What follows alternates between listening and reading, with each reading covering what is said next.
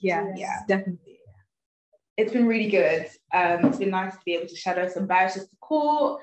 We've been on some really exciting cases. But yeah, like Esther said, everyone's literally been so nice, so willing to talk to us. And I think it's been nice because obviously this is a set that focuses on, defense and, defending clients. And it's actually been nice to see that side of things in comparison to other sets where maybe it's mostly prosecution or you have a mixture.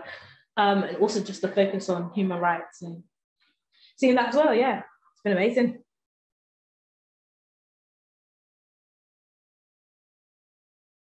I've learned to always consider two sides to every story. I think it's very easy to just hear the facts and not necessarily consider the defendant's side of things, but having been on the defense side these last 2 weeks, you really understand that there's two sides to every story and it's a lot more nuanced than perhaps is presented in media or online. So it's always good to consider both sides when trying to understand a series of events. Yeah, I'd say the same thing. I'd say prior to this, I was at a set where they do a mix, but the barristers I was with, they focused on prosecution. So I witnessed a lot of prosecution. And I think I got really accustomed to thinking, you're in a room, you've got police officers and they're presenting you with the evidence. You think, definitely, like, this person's done it. But coming to a defense set, you start to see the narrative, the story behind the facts. And you start to see that the law isn't just black and white. So it isn't just person did it or person didn't. I think when it comes to law and representing a client, it's almost like taking the facts you've got and making a narrative out of it, making a story and being able to utilize what you have. And I remember being in court, witnessing, just shadowing a murder case essentially. And I was looking at the evidence I had in front of me and I was thinking of the points the prosecution could have and the points that the defense could have. And it's like each piece of evidence could play out either way based on however anyone wanted to play it out. So I think it's definitely being able to see the nuance in law and then the nuance in the profession really, and then how you actually advocate and and how you represent a client. I say the other thing really is how the role of a barrister doesn't stop when court starts.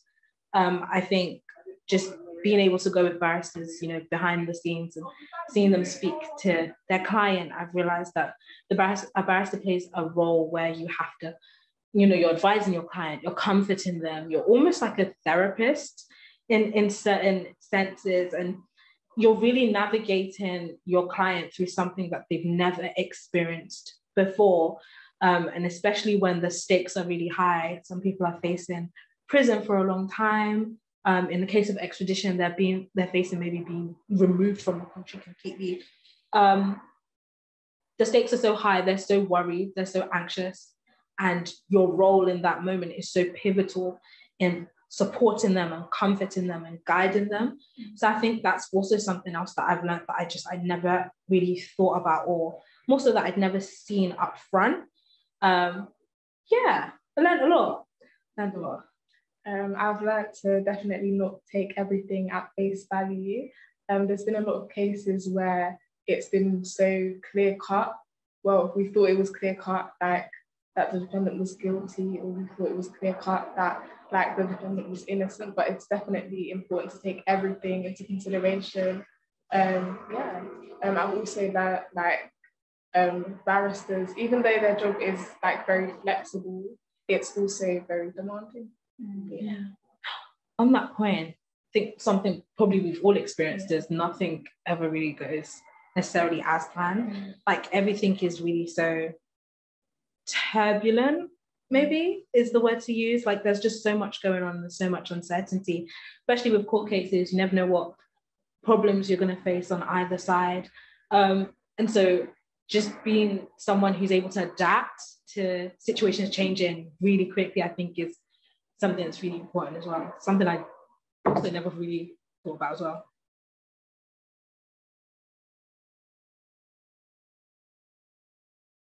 Definitely. I think it's really important to understand how chambers work.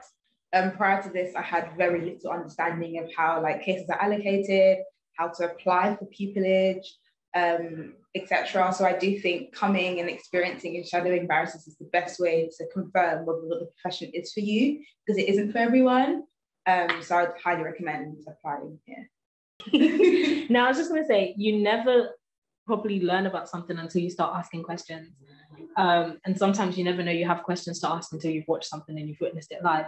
And so what I found is a lot of time, just by being put in a situation where I'm either shadowing or I'm in a conversation with someone, I start realizing, oh my gosh, I have questions. I don't know how this works. I don't know how this is done. And I never knew that I didn't know that. Like, even just what Esther was talking about in terms of how cases are allocated, I didn't know that I didn't know that.